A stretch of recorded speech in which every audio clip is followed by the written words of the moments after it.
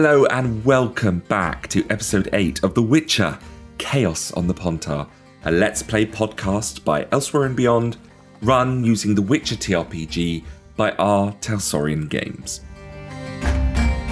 So, the party have now moved to the ship for the night, where they plan to get some rest in, now knowing that a were-rat stalks the rooftops of Oxenfurt. You all find your hammocks or your beds. And is there anything anybody would like to do in the dead of night other than fall asleep, get some Zeds? Yes, please. Okay, Oda, so what would you like to do? I would like to quietly make my way out of the shared room and hope that Daddy doesn't wake. Okay, interesting. You can go ahead and make... do you know what? Rather than that, Vargan, you can just make an awareness check and a -5 because you're asleep. You can roll a stealth check. Okay. I might completely fail, so... 14. I'm fine. She rolls a 14 against your 13. She slips out of the room. I need to say she slips away without you noticing, but she sneaks out of the room. And you find yourself down in the deck in the dead of night. Just the rocking of the boat to keep you company and the few candles still burning down in the mess hall of the lower deck. Yes. I want to start making my way to the lower deck. As slow as you can go. That's where you all are. Oh, sorry, the portal. You want to go to I want to go room. to the special room. Yes. All right, you head up to Sansa's cabin. She wakes a second. Oh, no, what are you doing? I just need to look something up and go to sleep. I'll go back to sleep. Yeah. All right, you twist the apparatus on the desk. The portal hums into life and you head on into the crow's nest. All right. And what are you doing inside the crow's nest? This hidden room away from rooms. This enchanted space. There, I want to take a place before the fireplace in the middle of the room.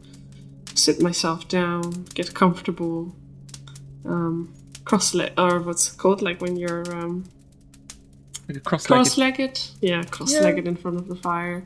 Take a deep breath and pull out the vial that I procured earlier. And take a taste of Bertha's blood, as you do. You uncork the vial and place your little finger into the bottle, enough to procure a single drop of blood. Archaic, perhaps, to some, but not to you. You taste it. It takes a few seconds for your ancient traditions to work, and you concentrate on the slightest of sounds and sensations around you. You open your eyes, slowly, and as you do, you feel yourself looking through the gaze of another, as if you were a passenger or a spectator without control. The vision is hazy, but you feel the candle sconce in your hand. You see the walls and tapestries of the Rosebud brothel around you.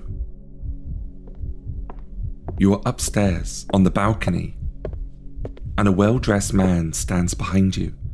"The same price, as usual?" he asks, and in your reply is a familiar voice. You are speaking as Madame Bertha. "Yes, and I must make it clear you are afforded only 1 hour for this fee. You are not to run over again." You reach to a series of locks in front of you on the door, each one heavy and slow. But as the door begins to finally open, to reveal whatever it was so surely locking in, the vision ends. I take this vision upon myself and You go to bed. Go back to bed. You sneak back into your hammock, and eventually the soft snores of your father help you fall asleep. And the lot of you wake up the next morning, a little more dour mood than before, perhaps, knowing that there is a creature in the city. Cornhopes, Fluffy make eggs. And Buffy makes eggs. Although it's nice to enjoy the eggs whilst you have them, only that these won't be fresh forever. So it is eggs indeed, and you have something to eat in the morning. Gorm love eggs.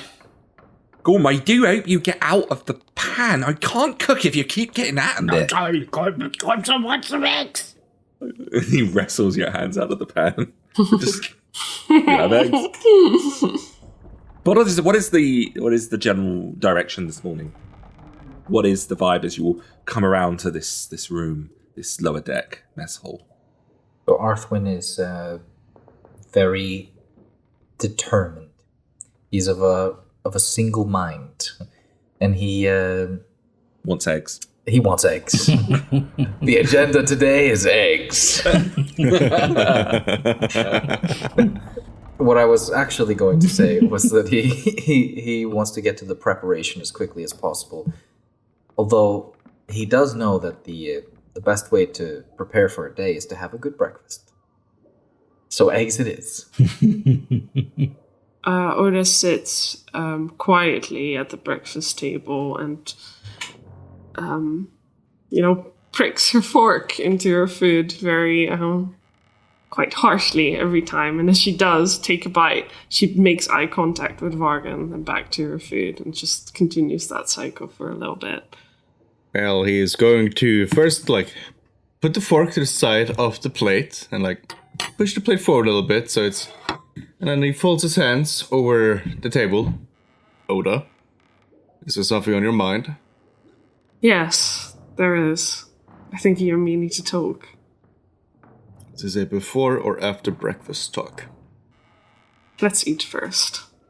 Before we continue, Gorm joins them at the table. And he's just heavily eating, of course, but also friend Oda, you see, Vargan last night, he drank more than 10 dwarfs. All bathing and sleeping on floor, but he big drinker. And which man, he, lay arm and win. We had big party, drinks everywhere. I'm sure he did. My father is quite good at having fun out there by himself. Vargan very fun. You give him drink, he say anything. Thank you, Gorm, for that useful insight. Oh, you're welcome, Vargan. You're very fun. Gorm had great time. Arthwin, is there anything you need today? Arthwin has sort of been silently sitting there chewing his eggs, and he looks over at Oda. Actually, I was thinking. You've broken a curse for me once before, haven't you? I do suppose. He sort of pensively looks across the room, not really looking at anything in particular, just thinking out loud. You wouldn't happen to know how to break a curse such as the one we witnessed yesterday? A curse of this scale I've never witnessed before. I know painfully little about the beast we're about to combat. Could you maybe explain? Tell us what it is. A human rat person. The more details, the better, please.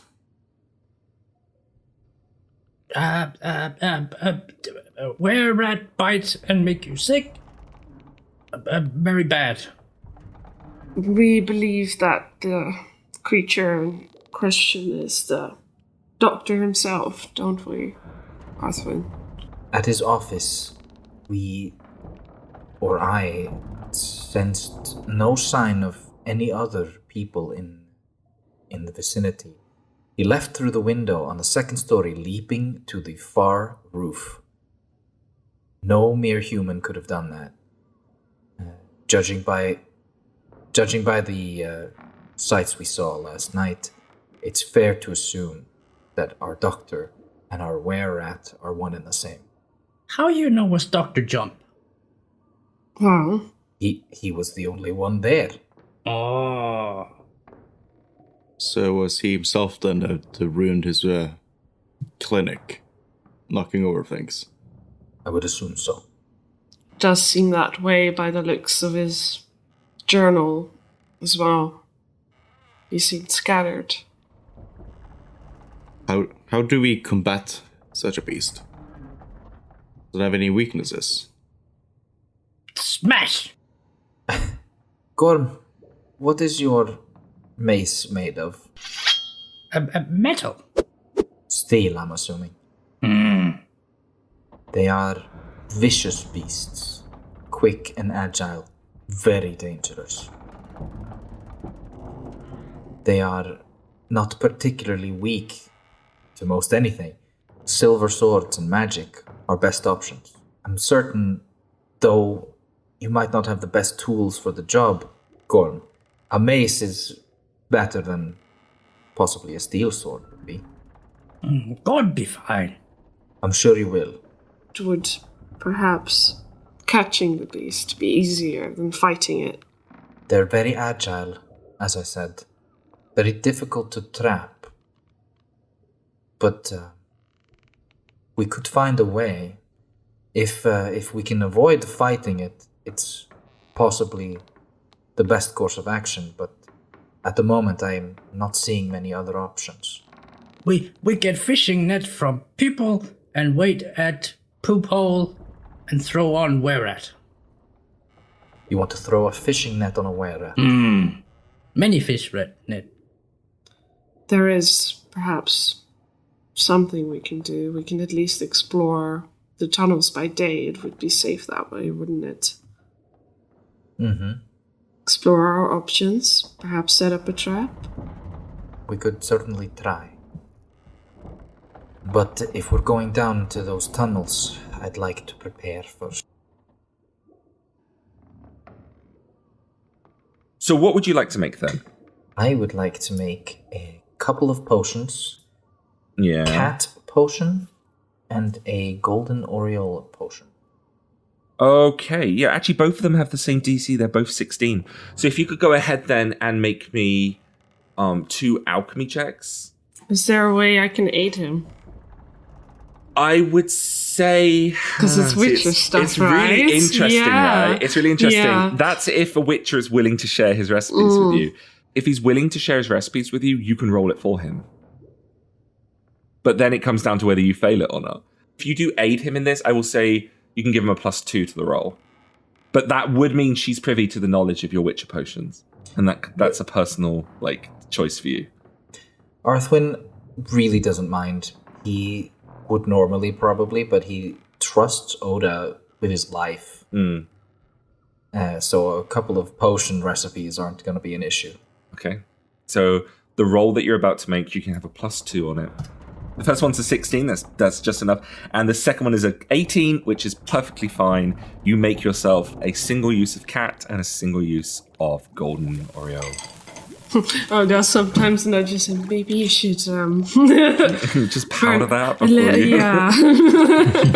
Crush it with the flat side of the knife. Yeah, she watches you put that in and she just makes that noise and you're like, what is it? What's wrong? I wouldn't put that in. Oh, you sure you want to put that in raw? And Arthwin's standing there with a hold around her brain, just like, how do I put this in again? How do I fit this in the vial? And then she does a Gordon Ramsay. It's raw. It's fucking raw. Where's the lamb sauce? Arthwin and Oda, you are going to be making some potions for a short while. I mean, no more than an hour is spent doing that in the morning. And then afterwards, what would you two be doing for the rest of the day? What would be the directive?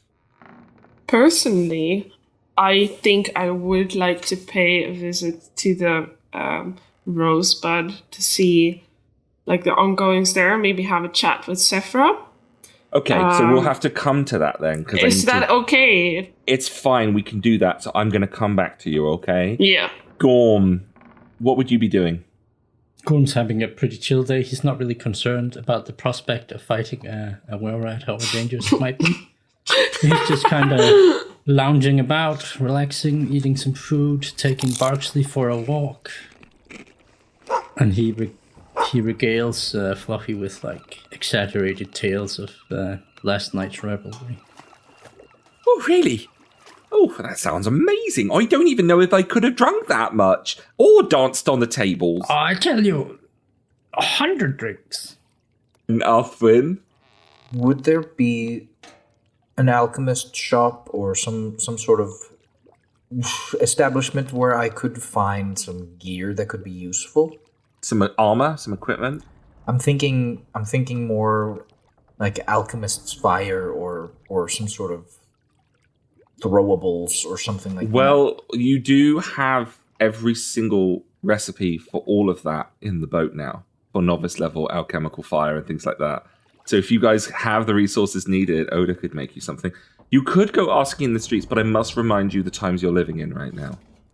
All right. So Gorm is just lazing around then, right? Pretty much, yeah. All right. Then he would ask Gorm if he would like to spar with him, train together. Gorm would be delighted. If you train the whole day away, you will go into what you're about to do with stamina missing. But if you only do it for like 3 hours, it wouldn't be a lot of IP, but you could definitely do something. How much are you willing to spend, Gorm? I can go all the way. I think Gorm will just go with whatever Vargan wants to do. I think the prospect excites him, so he would go along. Okay. What is your plan then, Vargan? All right, so I would like to do like the general kind of thing, like get better at evading and also using his sickle. Okay, so is it dodge or escape, or is it melee? It's melee. I think Gorm would be delighted to teach him about bashing. You two just go ahead and spend the day sparring, and I'll talk about extra IP at the end. Okay. I do want to say, however, when Oda and Arthwin are done doing the alchemy downstairs, and she would leave for the Rosebud, she would probably see them sparring. So she would tell them, like, I'm going to the Rosebud to find out what happened with Sephra. Do come along if you want, but we should all move towards the tunnels later today, before tonight. Can anyone here make traps?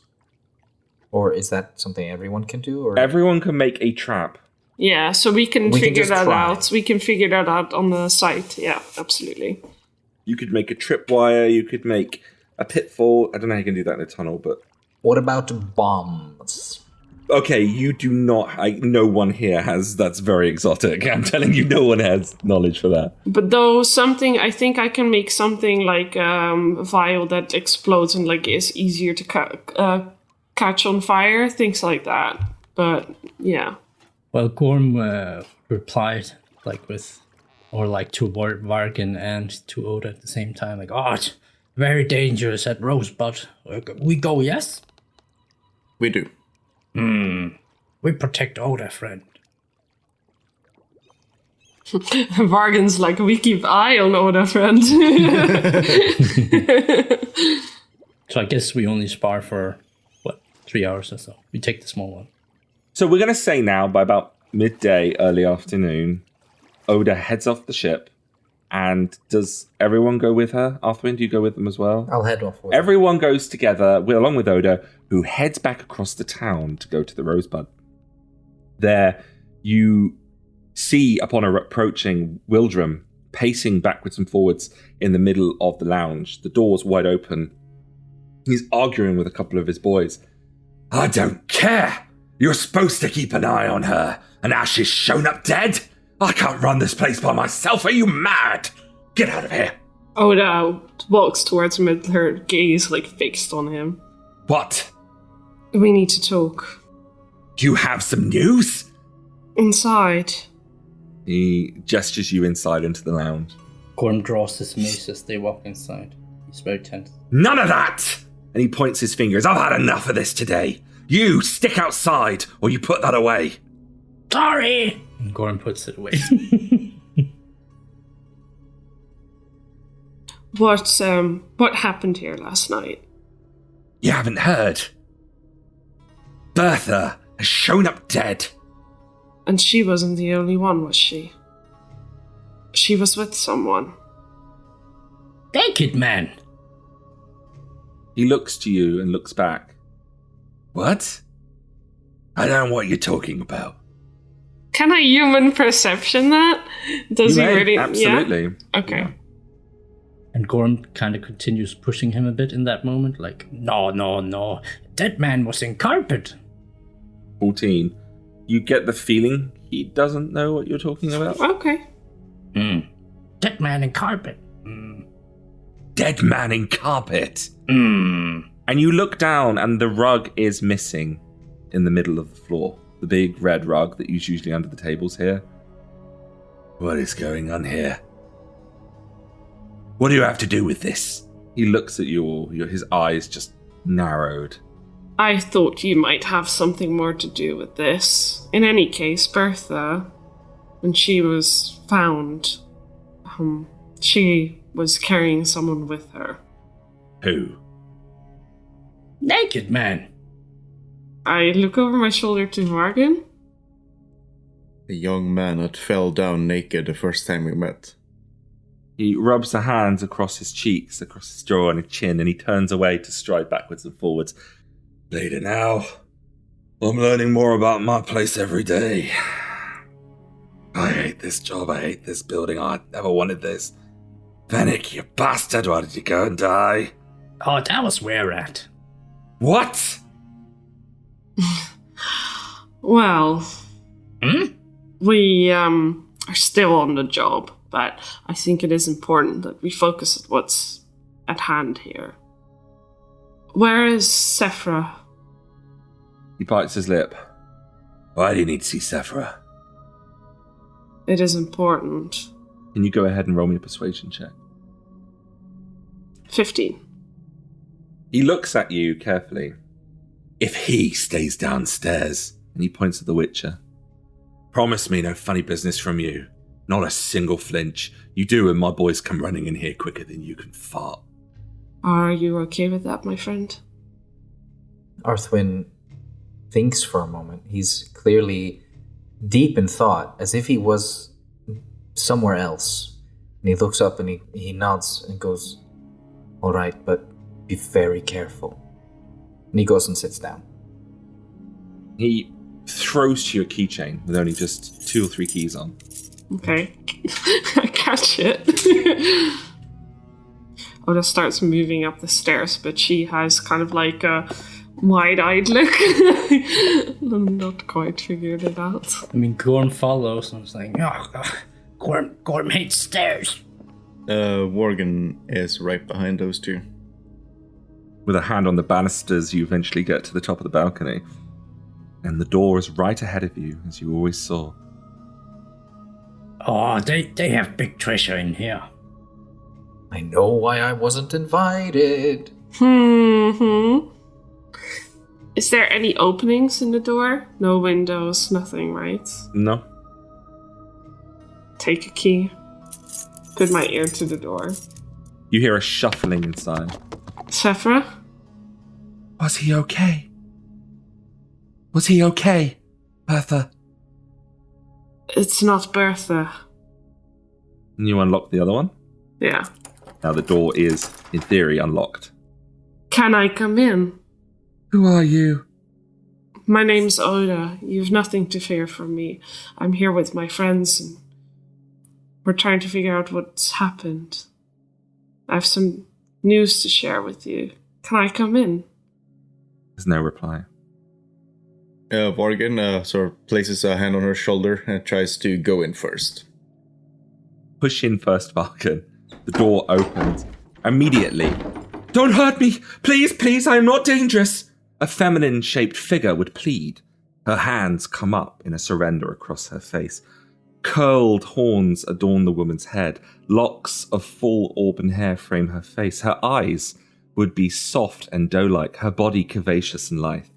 She would be scantily dressed, with pagan-like tribal tattoos of white ink upon her skin. She has a silk shawl tied around her waist, and natural fur would grace its way down over her hips and a pair of goat-shaped legs, each ending with a cloven hoof. Before you is a succubus. Oh.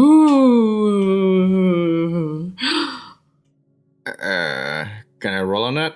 If you want to roll monster lore on what a succubus is, you may definitely... Gorm also walks inside, and he doesn't seem very surprised by this lady thing.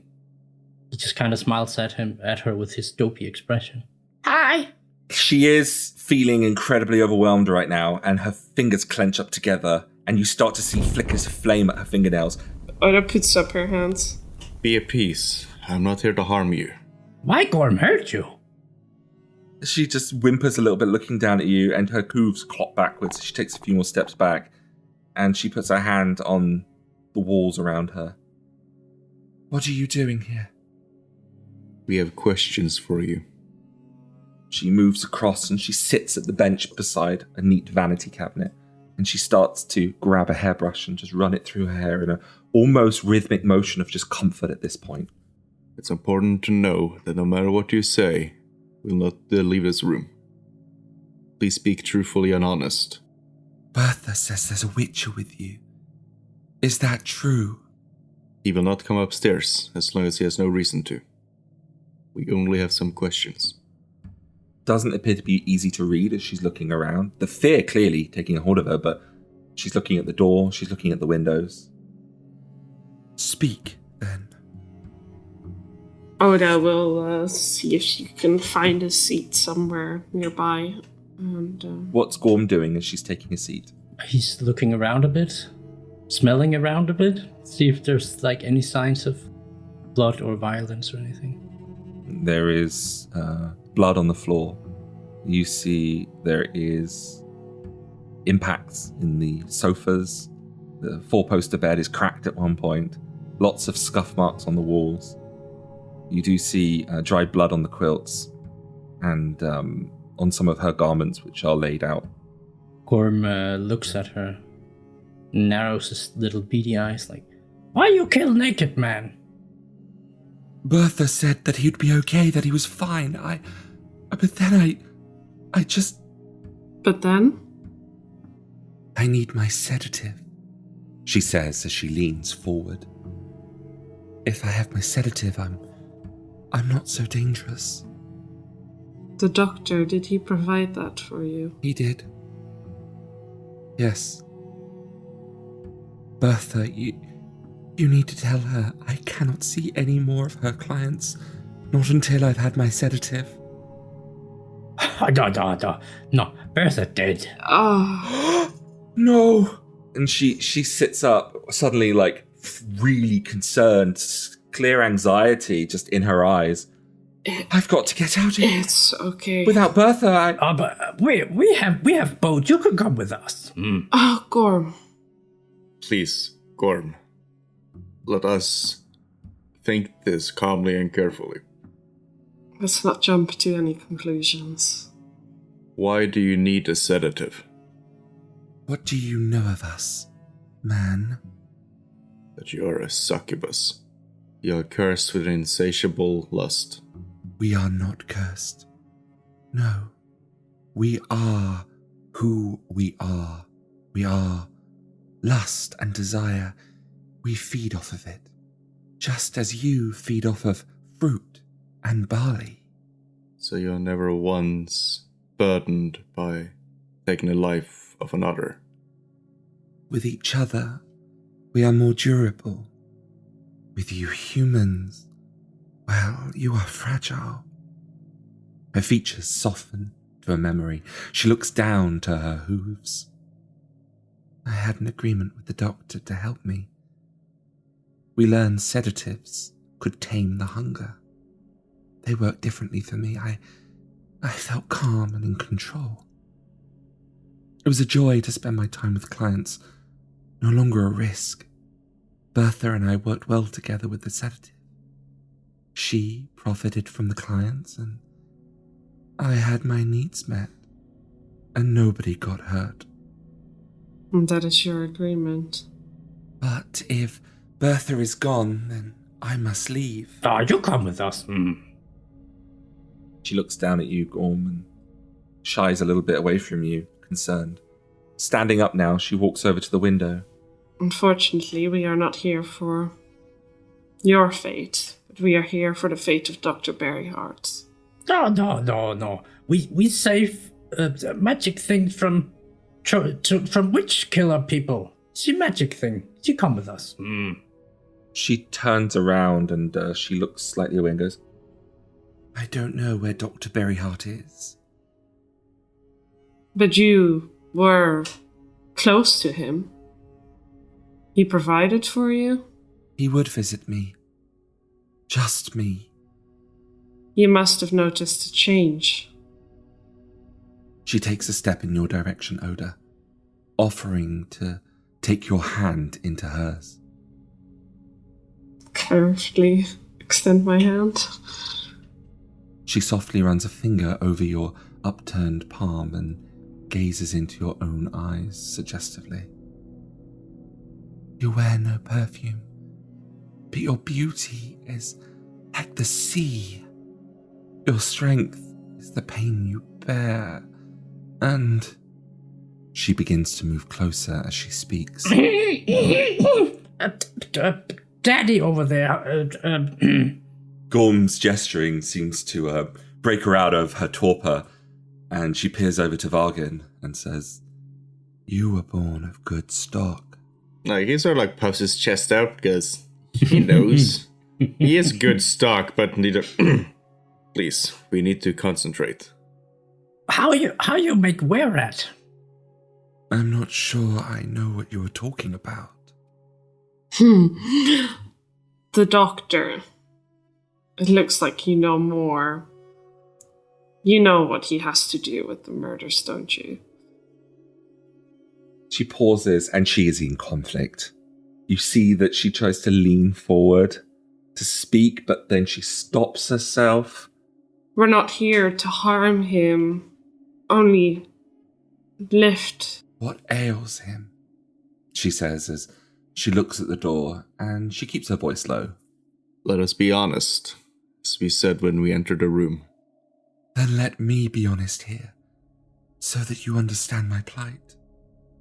Without Bertha, I will be found and killed. Oh, no. Yeah. We have boat with secret room. You come and you can go to Ilya, mate, and all good. Gorm, please. Sephra, there are conditions if you're going to come with us in any capacity. First off, we need to find out how to make you that sedative. Do you know how to make that sedative? No, but the doctor did. Ola looks out the window to consider for a moment before she looks back at the succubus. We'll get you out.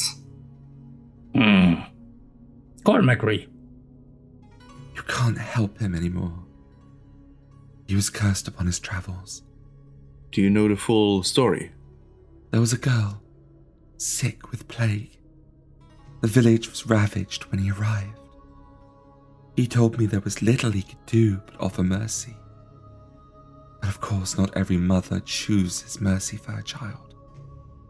Not every mother can accept the truth. She was a witch. He angered the wrong village elder, and she spat a curse in his name. And when he returned, he was frightened. His teeth were falling out, his skin blotched and his hair thinned. He grew a great need for me, and I could not return this feeling, though I needed his potions. We'll see what we can do about Berryheart. Have you told us all? I knew I could not continue without my potions. I found a way out, and I left this place. I left my room. Doctor, he was not well. His home was in ruin within, similar to the man before me. The day after I saw him, he was changed. He was moving across the rooftops. I knew that was him. Berryman move all his stuff. I never returned. I wouldn't know. We were hoping for an alternative way of handling him. The woman who cursed him resides far away. If you cannot end his suffering, then flee this place. And if you cannot show him mercy, then all of you are risking your life to be here. Wear rat very bad, kill many people. You put on more clothes and maybe big hat, we get you to boat, Sephra heads over to a bearskin rug and she kicks it aside with a hoof. She kneels down and she peels up a floorboard with surprising strength and ease. Forget about him and I will pay you more than whatever this hunt owes you. Forget about him and this can be yours instead. She gestures to the partially revealed lockbox, evidently nestled down below the floorboards. No. We get you to boat. You safe. We killed rat. Didn't we go? How do you reckon we'll get you out? Do you have a plan? Or we can take you on our boats, but getting there. The men outside keep me here now. For Bertha, this was a business. For Wyldram, I am his prisoner. Oh, it's okay. We tell Arthwin to beat up people. I suggest we talk to the now new owner of the establishment, find the doctor, see what we can get, not get, and come back for her. I see no other way. We also tell Arthwin not to punch lady. And Arthwin just have sex last night. He not so horny now. You safe. Never mind. Wyldram is very expressive in the fact that he doesn't want to own this establishment. So, surely, we can find a way to get it all out of his hands. Now that Bertha's not around anymore, maybe that will provide for a way for you to get out. Gorm kind of frantically points to the kind of lifted board in the floor. Give money! People love money. Why should I give that man my money? We need money first, so you give money now. So you do want my money? That better with words. Okay, I would say at this point, Wyldram has been downstairs with Arthwin for a while, and he looks over to Arthwin and says, I'm going upstairs. He bolts right up those stairs towards the room. Arthwin stands up as he does and sort of moves to follow. Do we hear the footsteps? You would do, yeah, easily. If we get you out, we will find you by midnight. She nods in a form of agreement, and as Wyldram and the Witcher make their way up the stairs and then into the room, she would retreat away and press her back against the wall. Oh, don't worry, it's safe. It's just Arthwin. I was getting a little restless. Wyldram remains on the balcony as he says this outside the room. I think you're all done here, so go do your job. I'm losing business. I think we are. You don't like business. Well, I like it less when the punters ain't paying us, that's for sure. If we find you a buyer for establishment. A buyer? You think I haven't tried to sell this cruddy hole? Arthwin sort of making his way up the stairs. You can just barely hear people talking about buying the brothel, and he's very confused. Well, Gorm waddles up to Arthwin. He's like, succubus lady in locked room. Very dangerous, but we save. So leave, man by, leave with boat. Gorm, why on earth would you say that out loud? Yeah, I've had enough. Boys! He gives a shrill whistle and you hear the sounds of doors opening downstairs, footsteps, and the clambering of his lackeys as they fill into the building. Well, Gorm draws his mace and shield. Oda pulls up her hands. I think we can work this out still, without weapons. That's if you can still talk when you're black and blue. And with that, he continues to walk away towards the stairs. Okay, yeah. Okay. Ooh, I think that is where we're going to stop today and leave it on that note. And we'll find out what happens next time on The Witcher, Chaos on the Pontar. Until then, bye-bye.